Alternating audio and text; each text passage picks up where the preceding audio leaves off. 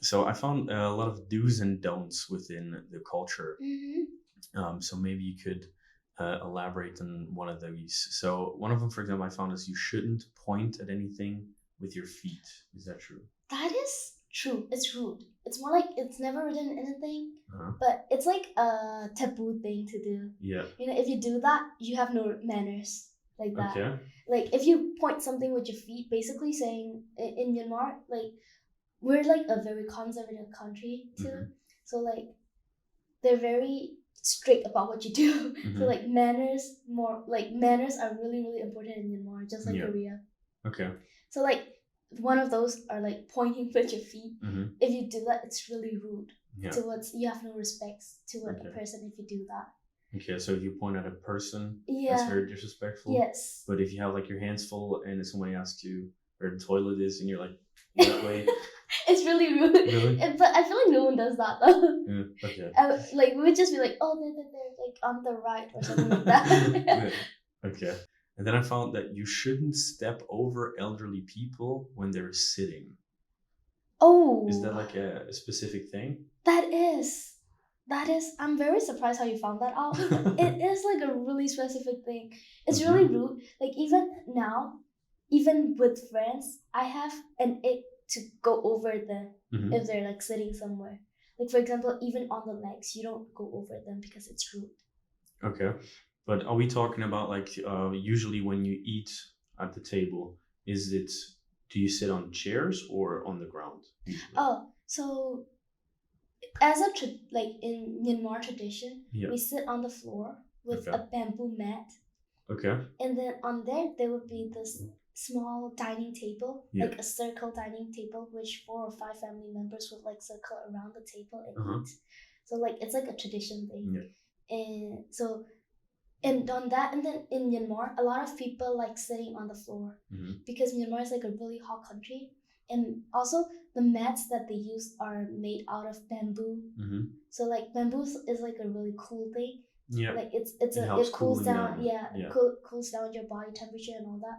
Okay. So we like to like make everything out of bamboo. Yeah. Yeah, I read that also the beds are made from bamboo. Yeah, even the chairs, tables, a lot of the things that like there are a lot of things that we use bamboo to make out of. Okay. So like a lot of Myanmar people like to like sit on the floor. So like they would be stretching everywhere, and it's really rude if you go over someone. Okay.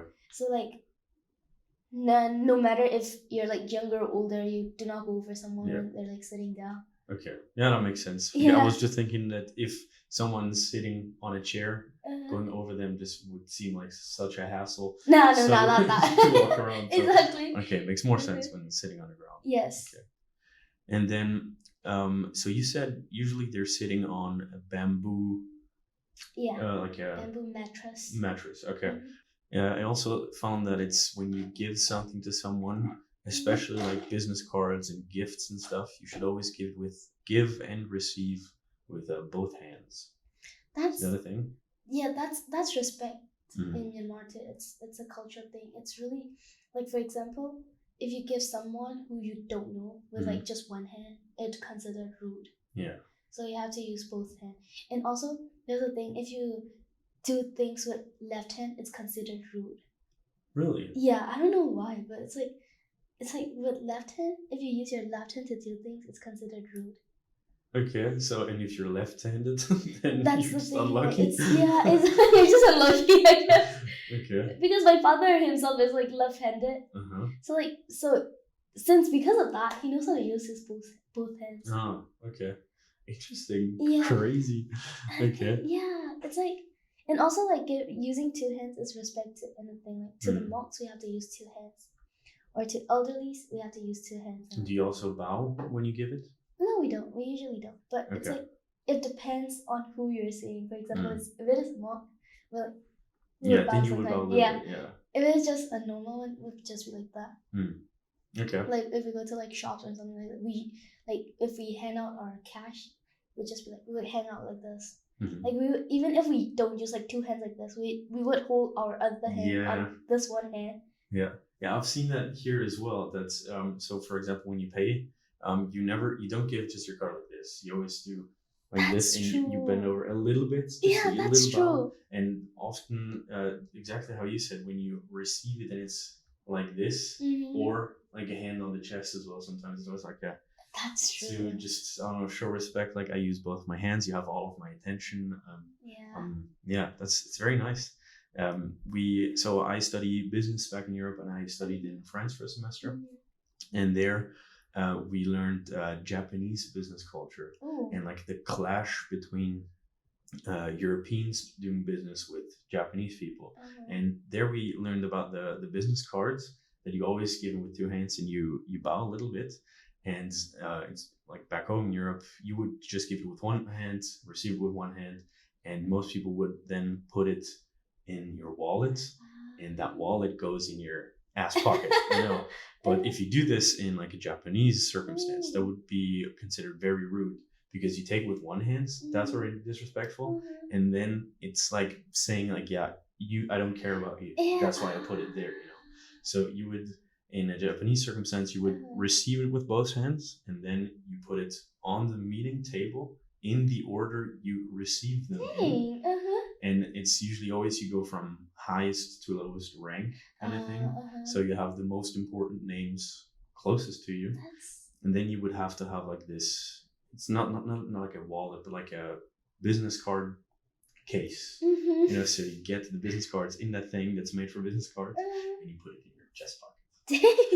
It's very interesting. Yeah. I feel like depending on which culture, it's like it differs just a teeny tiny bit. But I feel like most of the Asian countries have very similar cultures. Yeah, the overall thing is very similar. It's very welcoming for guests. It's very respectful. Yes. And in Europe, it's different. Another thing I found here is that Burmese families usually sleep together, and it would be on as you said earlier, like a bamboo carpet kind of thing. Yes. Is that true? That is true. But it's like a very traditional thing too. Like back in the days, Burmese, like Burma is like a really poor country, so like they have small rooms and small houses, so they will all cramp up together and sleep. Okay. So like they usually sleep on a mat in the same room, but as years pass by, I feel like it's kind of getting into like they do not sleep together anymore as years pass by. Because I still remember I slept with my parents until I was like 17. Really? Yeah, because it's a thing. Bed or same room? It's the same room.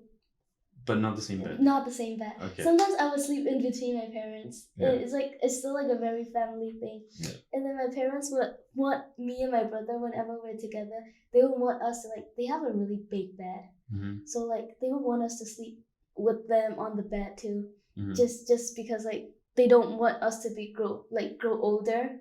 No, they would say that. They want to keep the kids. Yes, exactly. Yeah. But for us, we're sleeping on a separate bed now. It's creepy, no? Yeah, no, I understand. I couldn't remember the last time I slept with my parents. I was definitely very small. But even as kids, at least in my family, we had our own beds. It would only be like as in like baby toddler age that you would sleep in a baby bed, but in the parents' room. That if something's up, they can. Yeah. For us, no. Until even now, until 10-year-old, 11-year-old, they still sleep together in a room. Okay. And then they will have bigger beds, or what usually families do is before back in the the older times, they would sleep on the mat together. But now they will sleep on a bed, but the queen bed is still small for 4 people, right? So they would combine 2 queen beds and sleep together on there. Okay. But when you say queen beds, do you mean the size, or also a mattress like we would know it in the West? Like both. A big one? Okay. The bed itself and the mattress on there. And then it would be 2 in the room, and then we would sleep together on there. Okay. I think it's just a cultural thing anymore. Yeah. So a lot of families does that. Okay. So as for so I have this story when I was young. I wanted to sleep alone so bad because it's I want to have my own room, but then they're like, no, you're not old enough for that. They would always say that. Really? At And what then, age? At like 12, 13. Okay. You're not old enough for that. They would always say that. And then I remember every every student in our class wanted the same thing, but they cannot, because it's like a very common thing in Myanmar. It's like a cultural thing. Yeah. Okay. But so how is it for you now, sleeping alone? Is that like a luxury kind of thing for you now? More privacy, I would say. Yeah. But I would say like it's more like I can sleep sleeping with my parents. They would keep my phone on, like it's like 10 p.m. They would be like sleep time, bedtime. Then they would take away my phone and be like, really? Not today. Okay. Yeah. But now sleeping alone, I have more freedom of access to my phone, I would say. I guess you're enjoying that. Yeah, I love it. Okay.